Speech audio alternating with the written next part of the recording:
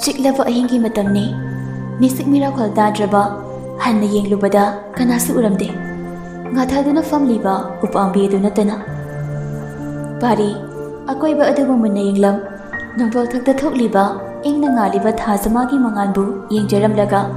sintharakli ningamdrami lupi thamoida wariba mami adudi mitludagi sintharakliba pirang aduna mayak sengna takli kanglaba chimbal adudagi waraba khonjalna Nawi bu sonjarabada masadusu ningamdaba amadi chakpane henjarak Nawi ngasi soibu waruriba haibadura danagi da famda yamlankre aibu amukta dinga piramkho Pari khangba ngamda mayakana wana masado tafum khangdana makok paiduna wakhal amada tawri Naubi maithong duki marumda pakhatna mamit anido tagut kupchaduna taniklaba khonjalna Tapari aigi pusi nagi khutta lere Pari na paijariba magi khutto munna yengja Tapari na pairiba khut asa thadokpa mikuptadi ai himba ngamgani thajathiye mitlo anido taru yengkhatjara mapok simagi lama khangdadi aibu handok piramganu ko da pari sanusina Nawibu maraibugda chupiduna tana hingli basisu nangini mamlaba aigi pusida mangal bibiribi nangdi aigi thamoigi thajane Naubi parigi wahaiduda mitlo pirang ihau athingba yauda paribu chetna konsinjaduna pari aina yaudana hingba ngamlaruyida Pari sukwan sinbiduna kagunase dadi nang yauduna hingba ngamgani khanbro nang yaudraba agi pusidi kanadraba mapokne Naubigi wahaidu ningsingjaраklabada sakdamsu mayek sengna urakli Pari ningamda wana Naubi nangbu dagi pusida halaklaroi haina khalabro dagi mitlugi pisa nang taithoklaroi haina khalabro Tamo Amam balagduda light thaladuna janbi magungbu thirakli Parisu machangi khonjal tarabada mapido fatai thui laptakna ukongda famduna leiriba mabungda urabada changlakduna Tamo athengba eng stakadawrino mama tarabadi nungaire changasla otamo janbi changamo tamo ngakdam puthaki Pothabadi imungda sa pothaba yai As janbi changodi changro Janbi mabunggu munna yengduna Naubigi wakhan khaliba natra Pari machan daife englamdaga kari sukumda mamai dili thoki Janbi warungna Kumatamo Naubigi wakhan khalibra Pari mayada chaksinaduna Aisa nakhagi angamate Wangambuda Hana yenglaga ngango Sauna fu hawatana chaki adubu janbidi mabungbu yengduna Tamo nasana Naubibu nungshiri haibasa karigi thajadribanu Khantharubada nungaida Naubi nangbu mafam kadaida leibage khoi tamogi thamoisa amukta fajanbiro lao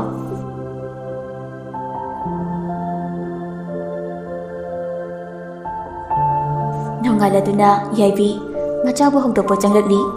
Yaibi machagi masanomduna Pari Tarabo namisingose Pari nakal amada mukcheptuna Mama ngakto tomkhige thojo Yaibi phaklangda thetliba karidu yengduna Aima taret makhai tare nangbo ngasidagi natro thabakamba horani hairambado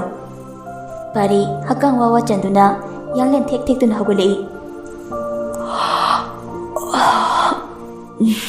Mama, aidi kaubu kauredana Kauni, nang elamduna pau phawiraktrabanina ai pina taredana Choso, luiselero, chak thagat lukige Mama thokraba matung Nawibu ningsingjafamli Hello, Tapari, hawatlo Pari, wairum phone the paiduna Naubi ngaktadi tumgige mika pangba ngamdreni hagulami ai saurage pari hagatuna ibema angi sausideba hagule aduneba pari thamage aisu thaboloisingige amutum chilamadi ai fate hainuko phone thamkraba matung pari phone du yengduna nafe tawna angapaniko nushibagi magunsa bana hairingai pakyade yaningida khanghaude pari mitlu pirang ihaurak mana inaktagi laukrabadada nushibagi semlaba gundo karino haiba khanglei dagi pusida amukta halakoba haugatuna loishilwa matung tholaki haima chaksidadi chakodana thiraga thamlajidi pari tablaf hainingdana mama ai chaningre hore lamlaga thokpam tawrage chalukige mama nakandagi chanbina tama ai frito amakauni ko nasiya kawardi ai saune haisini kaure phajna thinga yawro pari tholakduna gari de thodokduna chakhi khangreda nabungse nabi amuki kainada hek bu chukhida anira ka kainera di sase lambi da tabudi soiroise chanbi paiduna masana thakja balangda thuzamani kaino nushide ibungni kaina makok chakjauraga khangjade noigi wakhalse ai khangde ko chanbi wakhalda nawi bu ningsingjaduna nawi nangi narandi leite haiba khangi adubu nang tamogi punsida amtadi halako kaidawbage nangdi egi itanati egi inamani inama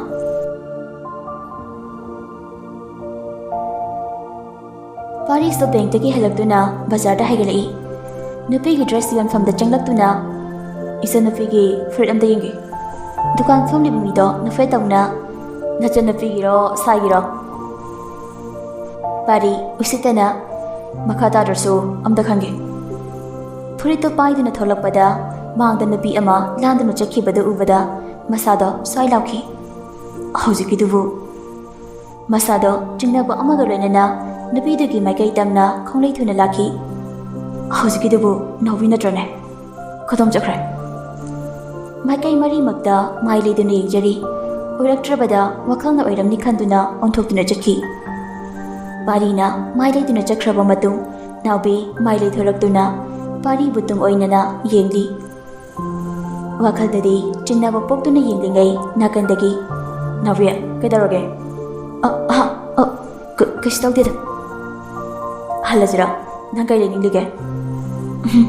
yarani halaze thauba mang thaduna chakhi nawi sumaning hanna haifa yengjaramduna halaki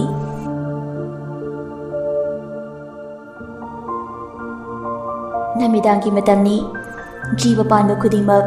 yahip nakraba matamni thauba mit panglakpa matamdadi hamungda yengluba matamdadi nawi leiramde thauba ngakna kadugi akoibada nawi leibra haini yengli udrabada masu mapanda tholei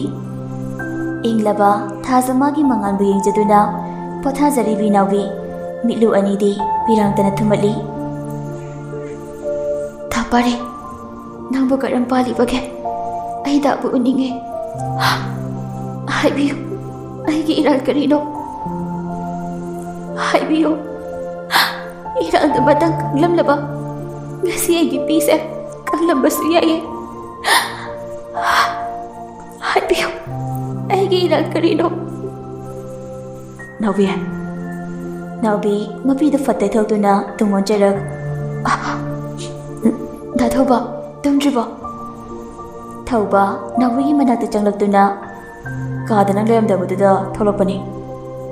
ngehakti mabani wa amata ngangnade thasmabu yengnaduna lei ngehaki matung thauba ningamda Naubi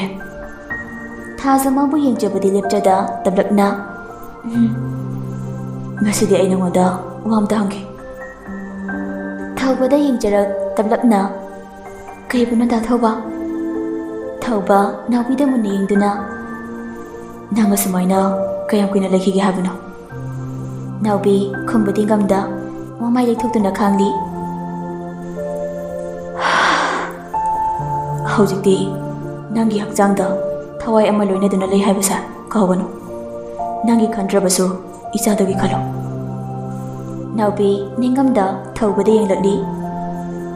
nangna sumna leiraga aidi nungaigani khanbra baba nasu nangi na tawsha yengba ngamdra haibane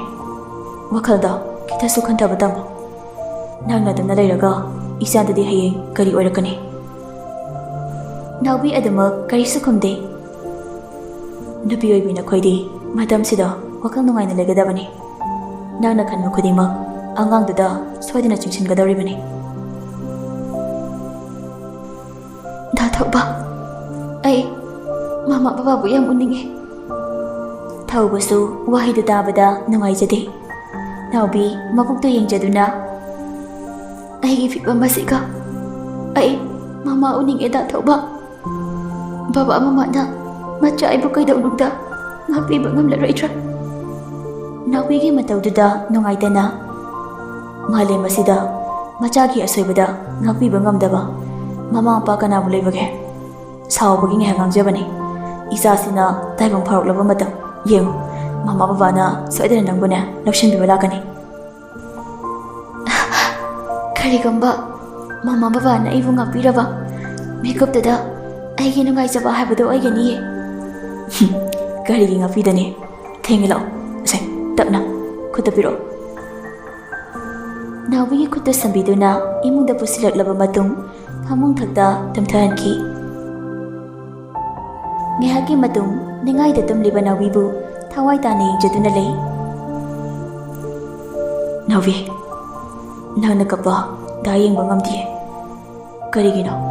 aigi misina nangi minoktudabu ikhaulang liba nangi minoktu uraga hingbagi mahau hapliba aigi punsini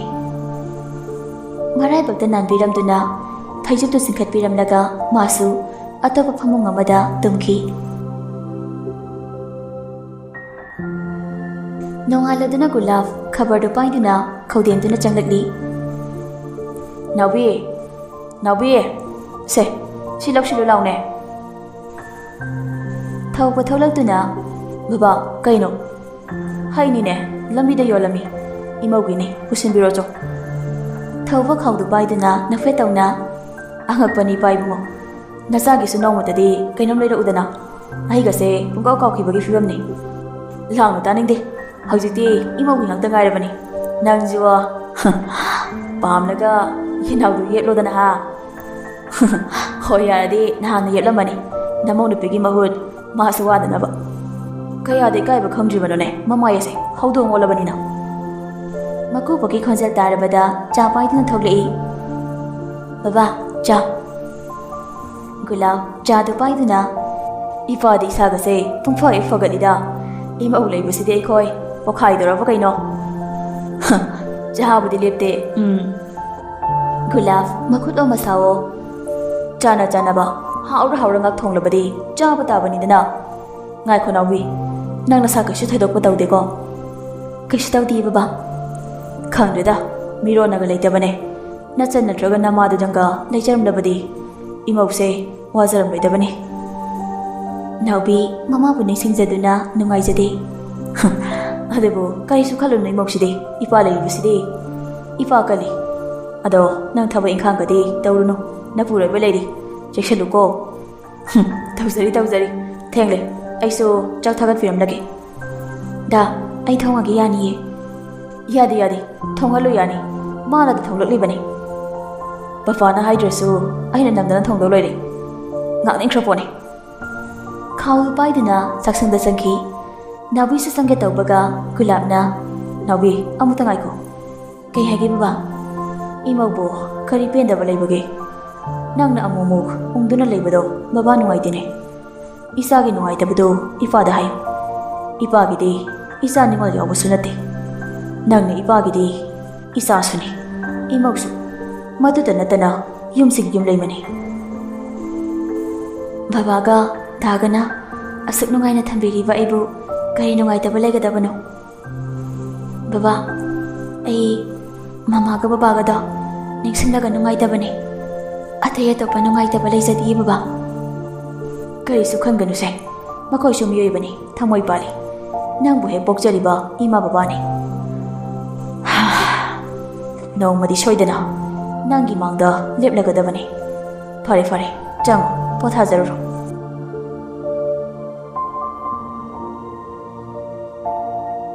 ꯅꯨꯃꯤꯗꯥꯡꯒꯤ ꯃꯇꯝꯅꯤ. ꯊꯧꯕ ꯆꯥꯛ ꯊꯣꯡꯕꯤꯔꯤ. ꯗꯥ, ꯑꯩ ꯊꯣꯡꯒꯤꯃꯤ. ꯅꯪ ꯐꯝꯗꯧꯗꯣ ꯇꯨꯃꯤꯟ ꯐꯝꯃꯨꯕ.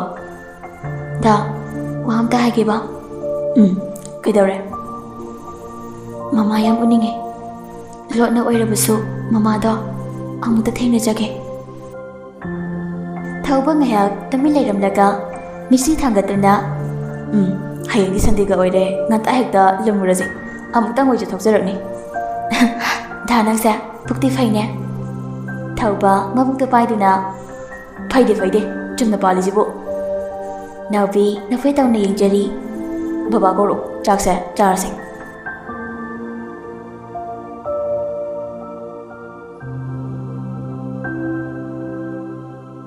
ꯑꯍꯤꯡꯒꯤ ꯃꯇꯝꯅꯤ. ꯄꯥꯔꯤꯗꯤ ꯇꯨꯝꯊꯕ ꯉꯝꯗ ꯅꯥꯀꯟ ꯅꯥꯀꯟꯗ ꯆꯦꯞ ꯆꯦꯞꯇꯅ ꯑꯣꯜꯂꯤ. ꯍꯤꯞꯂꯝꯕꯗꯒꯤ ꯑꯃꯨꯛ ꯍꯧꯒꯠꯇꯨꯅ ꯏꯁꯤꯡ ꯕꯣꯇꯜꯗ ꯂꯥꯝꯗꯨꯅ ꯊꯛꯂꯤ. ꯅꯥꯎꯕꯤꯗꯨꯕꯨ ꯃꯐꯝ ꯀꯗꯥꯏꯗꯅꯣ ꯃꯥꯅ ꯂꯣꯠꯇꯨꯅ ꯂꯩꯔꯤꯕ? ꯅꯤꯡꯉꯝꯗ ꯃꯃꯥꯏꯗꯨ ꯅꯥꯟꯊꯗꯨꯅ, ꯅꯥꯎꯕꯤ,